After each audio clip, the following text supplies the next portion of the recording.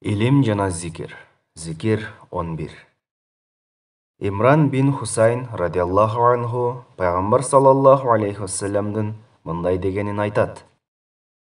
Куран окуган киши Куран аркылуу Алладан сурасын. Жакында ушундай бир коом келет.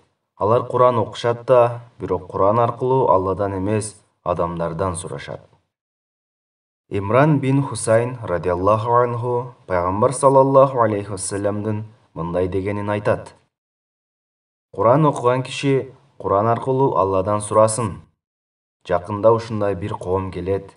Алар Куран окушат да, бирок Куран аркылуу Алладан эмес, адамдардан сурашат.